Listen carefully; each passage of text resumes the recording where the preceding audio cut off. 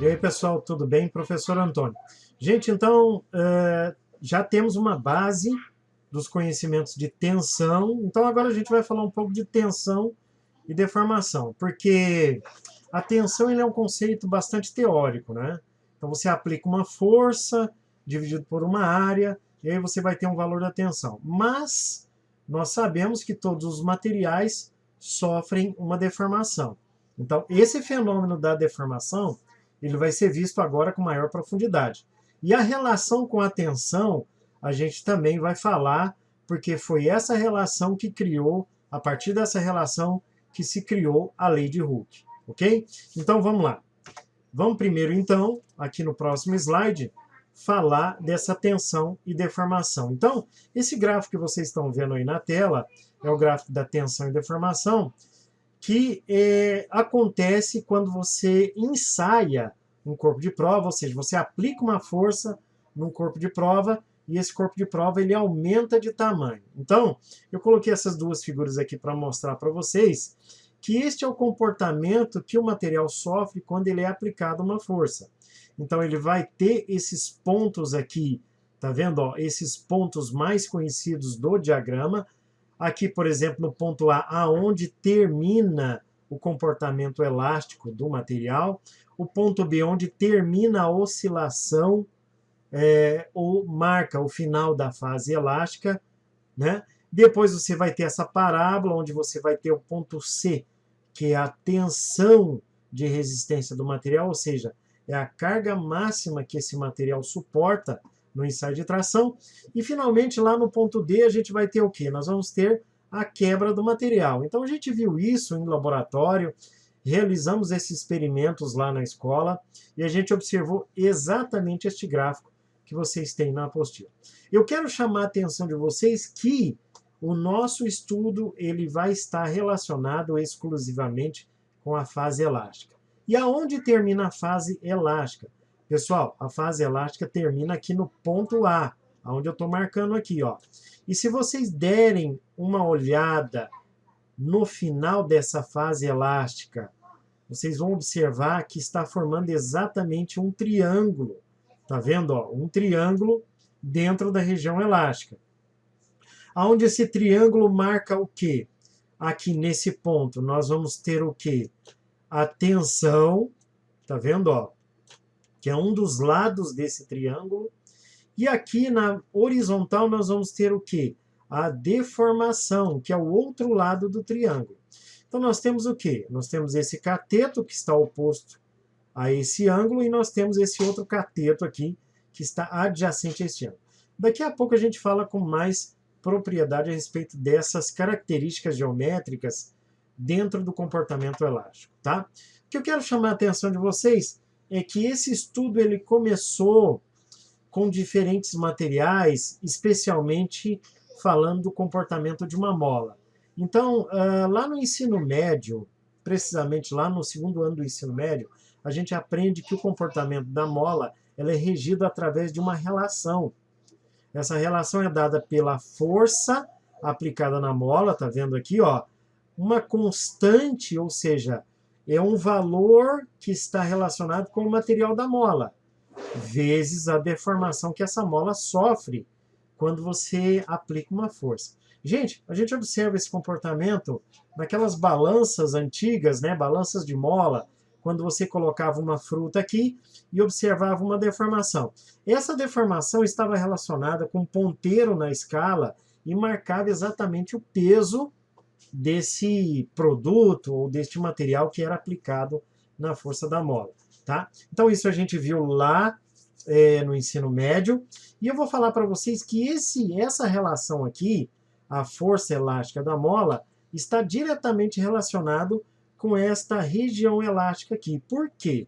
Por quê, pessoal? Olha aqui, ó.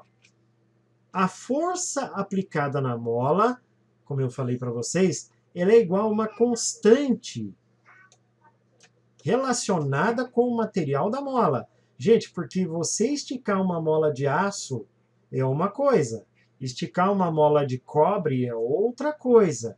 Esticar uma mola de alumínio é outra coisa.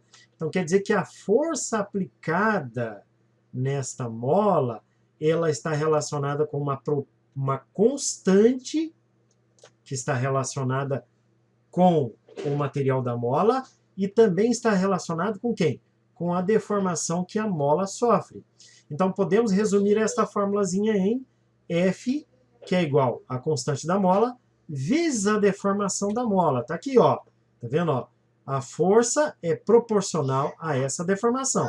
Da mesma forma que lá no ensaio de tração, a tensão está proporcional à deformação que o corpo de prova sofreu. Gente, quem estudou isso foi esse camarada aqui, o Robert Hooke, tá? Então, o Robert Hooke, ele foi um biólogo, físico, né, lá no século XVII, que estudou o comportamento desses materiais e relacionou a força aplicada da mola com a deformação, como a gente observa, né? E aí ele criou a lei de Hooke, né? E dada em homenagem a Robert Hooke, foi criada então a lei de Hooke. Pessoal, de modo análogo, se a força da mola é proporcional a uma constante do material da mola e a deformação da mola, então nós podemos falar também que a tensão aplicada em um material é proporcional a uma constante deste material vezes a deformação que esse material sofre. É isso que é a lei de Hooke. Então, para essa lei de Hooke ficar diferente, um pouquinho diferente, mais similar à força da mola, ele mudou, tá vendo que ele mudou as variáveis, tá vendo? Ó, no lugar de F, ele colocou a tensão, no lugar da constante da mola, você vai ter uma outra constante, que é chamada de módulo de elasticidade, vezes a deformação que esse material sofre, ok? Pessoal, então era isso que eu queria falar para vocês. Então, a partir de agora, a gente vai falar como que a gente calcula a deformação de um material. Pessoal, esse assunto a gente também viu em materiais. Para você calcular a deformação de um material, você vai fazer o quê? Você vai pegar a diferença de comprimento desse material, que é o final menos o inicial, e vai dividir pelo comprimento inicial. Tá? Então, a partir dessa fórmula, você vai calcular, então, a deformação percentual e unitária desse material. O que é a deformação unitária, pessoal? É o comprimento final menos o inicial dividido pelo inicial. E o que é a deformação percentual? É esta relação multiplicada por 100. Beleza? Bom, voltando lá para a lei de Hooke, aonde eu consigo as constantes relacionadas com o material, ou seja, os módulos de elasticidade. Gente, eu forneci para vocês uma tabela, que essa tabela também está na apostila, lá na página 53, se não me engano. Então você vai ter o módulo de elasticidade. Gente, só voltando aqui para vocês não esquecer. Nós estamos falando desta constante aqui, ó, que é o módulo de elasticidade que cada material tem. Então, nessa tabela, nós temos esses módulos de elasticidade para cada um desses materiais.